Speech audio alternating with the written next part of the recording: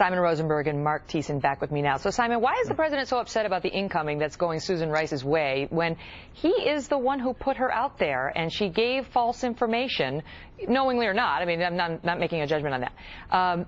And then, of course, she's going to take some criticism. Why didn't they just send her back out when, you know, things changed to say, look, I want to clear things up?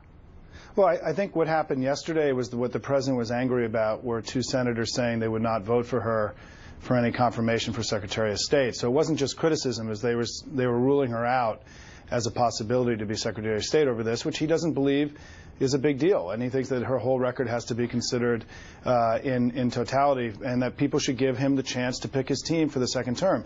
I do want to say, though, that something Mark said, I'll be very brief, Megyn, is that it's possible that both of these things are true, that there was both a spontaneous demonstration and a terrorist attack. These are not mutually exclusive things. And I think what Susan Rice said that day, if you look at the transcripts, where there were people outside, there was a spontaneous demonstration, which they eventually decided it did not happen. I know, but they never represented this as anything. They never represented this as anything other than a military-style attack. But you made that point. But you made that point. But then they said that there are no signs this was premeditated.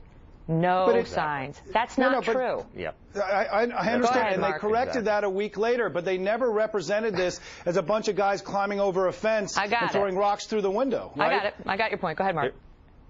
Well, look, the reason the president was bristling yesterday is exactly what Simon said, because he's thinking about nominating Susan Rice as Secretary of State, in which the fact that she misled the American people about an attack that killed 4 Americans, including a U.S. ambassador, is entirely relevant to her confirmation. But let me just jump in, Mark, and I'll let you answer this. Okay, but Simon's point is, how can you hold that against her? She was given marching orders by the White House. She said what she was told to say, whether it was by the White House or the CIA. That wasn't Susan Rice misleading if somebody was misleading.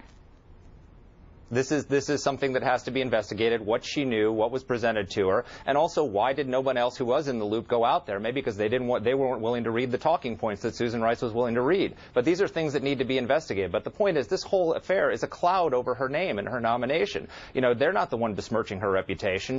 Her handling of this has besmirched her reputation. And nominating someone who has so little confidence, it sparks so little confidence, and who has this situation, would be an intentionally provocative act on the part of the president. I think what you saw yesterday is the president is itching for a fight with Congress over this. He's talking about nominating John Kerry, a man who compared the U.S. military to Genghis Khan, as Secretary of Defense, and Susan Rice, a woman who misled the American people about a terrorist attack, as Secretary of State. Those would be the acts of a man who is itching for a fight with the Republican Congress on foreign policy. I do want to say this. I got to go, but I want to say this. Simon he heads this liberal think tank called NDN, and at his website, ndn.org, if you go to Simon Rosenberg blogs, you will see Simon's full defense of Susan Rice and why he says she never said this was really about a video and so on.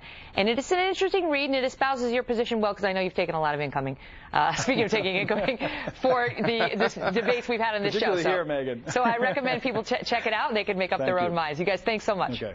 Thanks, Megyn. All right, guys. Thank you. Well, we